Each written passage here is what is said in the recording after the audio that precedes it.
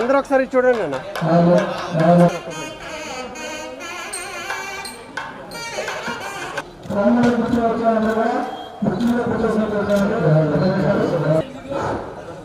Okay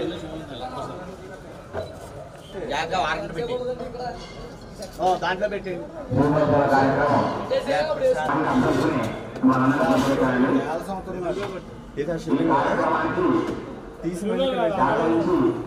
మేము అన్ని సిద్ధం చేస్తున్నారు. ఇక్కడ కూర్చోడానికి ఆ పట్టాలు వేస్తున్నారండి. ఎందుకంటే కొత్త కొత్త చీరలు కదా పడైపోకుండా మీరు ఆసనాలు తెచ్చుకున్నారు. ఇక్కడ కొత్త ఆసనాలు ఉన్నాయి కానీ కింద ఒక బరకం వేసి బరకం మీద అప్పుడు ఆసనం వేసి కూర్చోడానికి రెడీ చేస్తున్నారు. మొదటి రోజు కదా రాంబాబు గారు చెప్పినట్టుగా ఎవరికైనా మొదటి రోజు మొదటి గారికి అంటే మొదటి పట్టం మీద పెళ్లి చేస్తున్నాం కూడా అన్ని చూసుకోవాలి. బరకం వేసి బరకం మీద అప్పుడు ఆసనం వేసి కూర్చోడానికి రెడీ చేస్తున్నారు.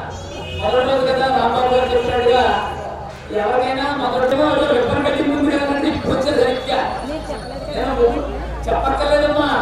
వచ్చేయండి ముగ్గులు సామాన్యంగా మన ఇల్లు గృహప్రవేశం అయితే ఎంత దేవుడు గృహప్రవేశం అండి. మన దేవుడు ఇంట్లో పెడుతున్నాడు గృహప్రవేశం.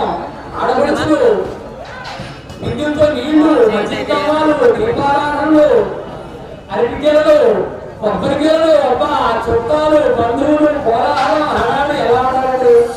దేవుడు గృహప్రవేశం మన తండ్రి మన తల్లి జగన్మాత పార్వతీదేవి గృహప్రవేశం. ఏమి ఆనందం అండి, ఏమి ఆనందం. ఓ పక్కనేమో మనం భోజనాలు వంట చేసుకునే పని లేదు. ఎవరైనా గృహప్రవేశం భోజనం వంట చేసుకుని తెచ్చుకుంటారా? తెచ్చుకోరు. ఎవరో క్యాటరింగ్ వాడికి ఇస్తారో పెట్టేస్తారు. కానీ ఇక్కడ అలా కాదు. స్వామికి నివేదన చేసి అసలు పొయ్యే విధించకండి. ఊళ్ళో అందరికీ గృహప్రవేశం భోజనాలు ఉన్నాయని చెప్పేసాం కదండి. ఏదో 2 నిమిషాలు మళ్ళీ మీకు ఇష్టం వస్తున్నారు మాటలు చెబుతాను తప్ప రెడీ చేస్తున్నారు, చూసారా, సిద్ధం చేస్తున్నారు అందరికి. ఇవాళ మనం ఎంత అదృష్టాన్ని ఎంత ఎన్ని జన్మలో ఏం చేశామో ఏ పుణ్యం చేశామో తెలియదు. మన డబ్బుతో మనం ఇచ్చిన ఏదో మన శక్తి దేవుడు ఇచ్చింది మనం ఇచ్చాం అంతే కదండి. మనం సంపాదించుకున్నామా దేవుడు ఇచ్చాడని మనం ఇస్తాం. ఆ రూపంలో వచ్చింది ఇటుకల రూపంలో, ఇసుక రూపంలో, సిమెంట్ రూపంలో మన ప్రతి పైసా ఈ గుడిలో ఉంది. సూర్య చంద్రాలు ఉన్నంత వరకు మన డబ్బులు బ్యాంకులో చూసారా.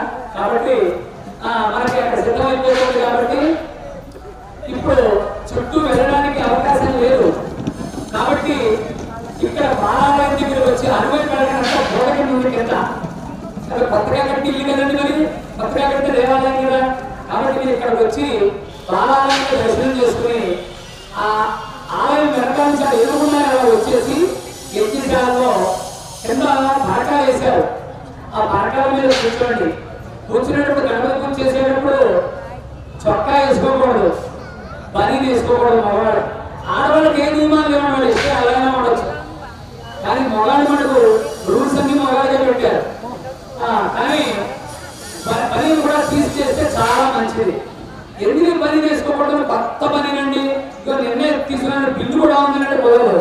అది చింపేసుకుంటారు కదా. పట్టు చొక్కా అంటారు. పట్టు చొక్కా ఎలా చింపేసుకుంటారు కదా. అంటే పైన రాస్తాక చిరిగిపోయిన గుడ్డ వేసుకుని పూజ చేశాడు అని రాస్తారు పైన. అది ఇష్టమైన మనందరికి. కాబట్టి పంచి పెట్టుకుంటే ఆ దోషం ఉండదు. మనం పూజ చేసినట్టే అకౌంట్ లో 100% చక్కగా క్రెడిట్ అయిపోతుంది పుణ్యం అంతా. కాబట్టి చొక్కాలు పని ఏమంటే చక్క సిగ్గుగా ఉండదు. కప్పేయండి శుభ్రంగా. పైన కండువా కప్పేసుకోండి. ఏది ఏమైనా సరే మొత్తం చొక్కాలు పనీలు తీసి మాత్రమే. మాట్లాడు సుబ్బారావు నుంచే స్వతంత్రం కాదు. బాబాయ్ మామ అని పిలిస్తే స్వతంత్రం. కాబట్టి మనం అందరం కుటుంబ సభ్యులుగా అనుకోండి, తప్పుగా అనుకోకండి. మనం చేసేది పక్కగా చేద్దాం, బాగా చేద్దాం. చొక్కాలు నింపేసి గురువు గారు పెద్ద గురువు గారు వచ్చారు. వారు మన ఇక్కడ సంకల్పం చేపిస్తారు. మన అందరి తరఫున మన గ్రామం తరఫున వచ్చిన గ్రామాలందరికీ వస్త్రాలు ఇస్తారు, ఆసనాలు ఇస్తారు, అన్ని ఇస్తారు. ఇవాళ కార్యక్రమం ఇప్పుడు 10 నిమిషాల్లో ప్రారంభిస్తే సరిగ్గా 1.5 సేపు మనకి ఈ గణపతి పూజ, రామపల్లి వస్త్రాలు ఇవ్వడం, మనకి దానం చేసిన వాళ్ళు ఎవరైతే గుడికి డొనేట్ చేశారో వాళ్ళందరి గోత్రనామాలు, వాళ్ళ కుటుంబ సభ్యులు అందరూ కూడా గోత్రనామాలని చదువుతారండి.